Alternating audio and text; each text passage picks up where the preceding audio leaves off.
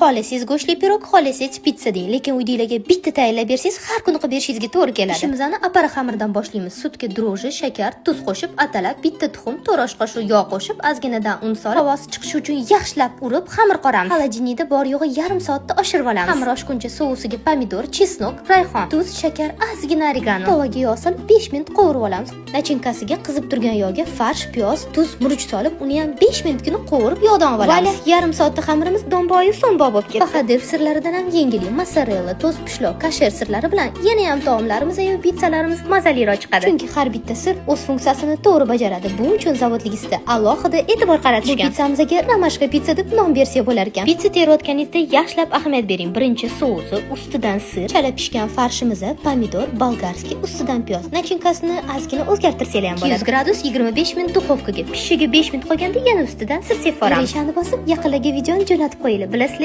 qo'ynim ko'tariladi. Mazasiga gap bo'lish mumkin emas, olinglar. Aniq bilaman, hozir hammangizda bitta savol, bu sirlarni qayerdan olamiz? Qodirov mahsulotlarini sirni lavkani qoplagan filialligizdan xarid qilsanglar bo'ladi. Bitta ishlatib ko'rib, menga o'zib yuboringlar. Menga juda ham qiziq.